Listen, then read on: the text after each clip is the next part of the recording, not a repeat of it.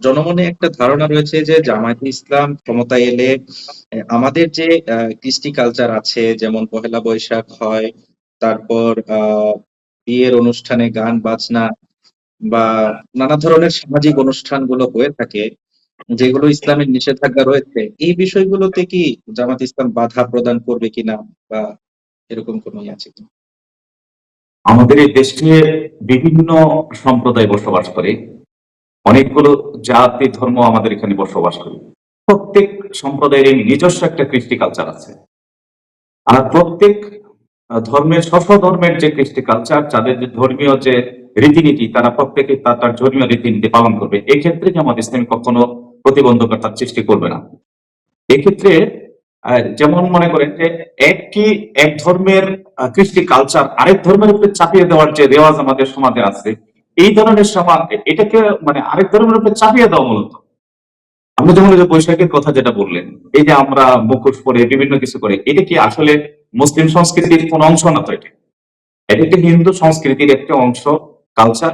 সেটাকে আমাদের মুসলিম কালচার হিসেবে আমাদেরকে চালিয়ে দেওয়ার চেষ্টা করা হচ্ছে।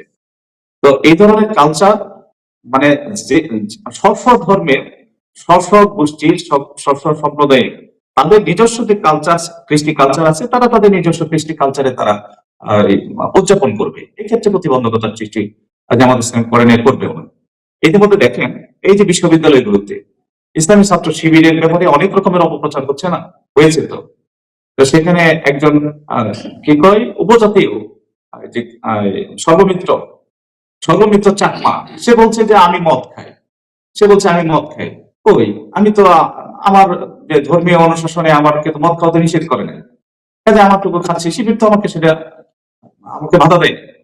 কাজে সেই ক্ষেত্রে প্রত্যেক ধর্মেরই তার ধর্মের বিধিবিধানগুলো সে পালন করবে।